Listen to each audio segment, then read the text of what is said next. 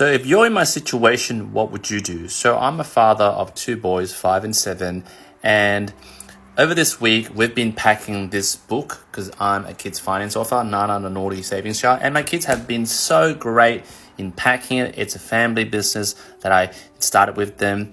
We wrote the books, we got the illustrations with the illustrator.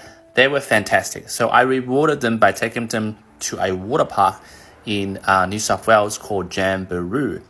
And this is what happened. So to make it easier, I'll just show you what it looks like. So this is called a splash pool. So basically it's a 5-minute splash pool. My kids have been to Jamboree before and they go, Dad, Mum, we want to go there, right? This is the end of the day and I'll show you what happened. So basically my kids have been practicing swimming for a very long time because they want to do this, event where they jump into this like 5-meter splash pool and then, swim to the surface.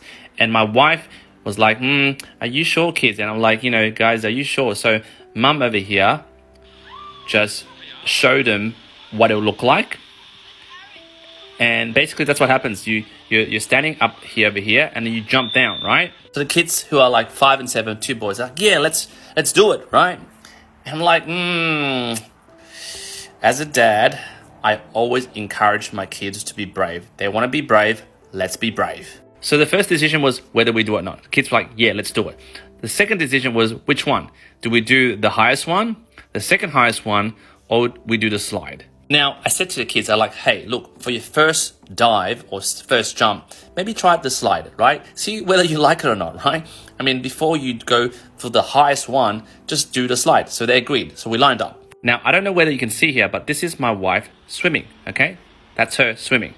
And she's an incredible woman. She's training for the triathlon, right? So she's training biking, running, and swimming. So when we were discussing, she'll go first with the youngest because apparently, to me, she is training more harder than me. So therefore, she'll be the better swimmer.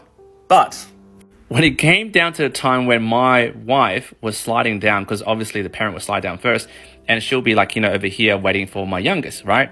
What happened was, she went down and obviously she was treading water and stuff, right?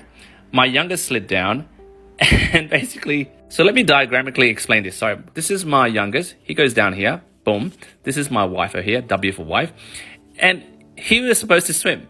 But for some reason, he was like doggy style swimming in circles.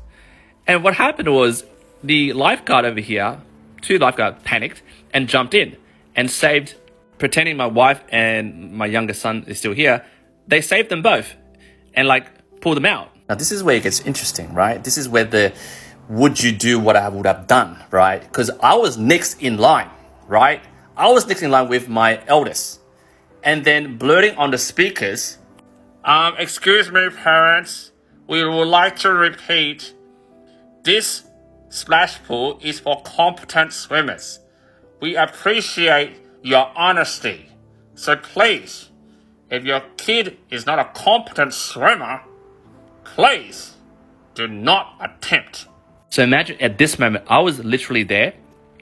The whole freaking people around the splash pool, like more than maybe 80 people, everyone was staring at me. I was like, shit. Whew. I got a pat on the back.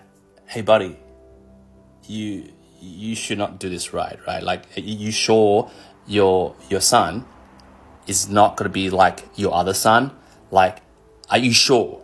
Now, at this moment, you as a father, your eldest son can swim, but that happened. And obviously it was kind of embarrassing, but for me, I have a thick skin.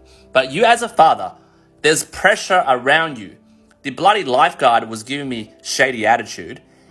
What would you do, right? A, you would you know what? Let's not embarrass ourselves. Let's just get out of the line. And we've been waiting for 15 minutes to just get there because it's a very popular splash pool, right? There's only one in Jamboree. We could have just got out. I could have said to my son, hey, look, I don't think you might not make it. You never tried this before. Let's just don't do it, right? Let's just go, right? Let's just go home. Just pack our bags, go home. We had a really nice day. Just wrap it up, right? Or would you be, which is what I did, be for brave, I believed in my son. I knew he could swim. Yes, he hadn't done it before, but he is a better swimmer than my 5-year-old, right? And I thought my 5-year-old was a better swimmer. And I really thought my wife was a better swimmer because she was supposed to save him and pull him out. But anyway, I chose to believe in my son. Regardless of, all that pressure, all the people looking at me, because what I believe is childhood memory, right?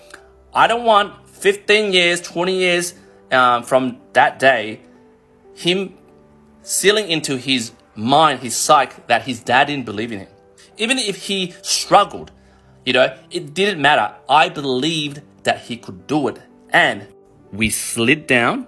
I went first, boom, and I was treading water, right? My son went down. He went really deep. He surfaced, and oh my God, oh shit.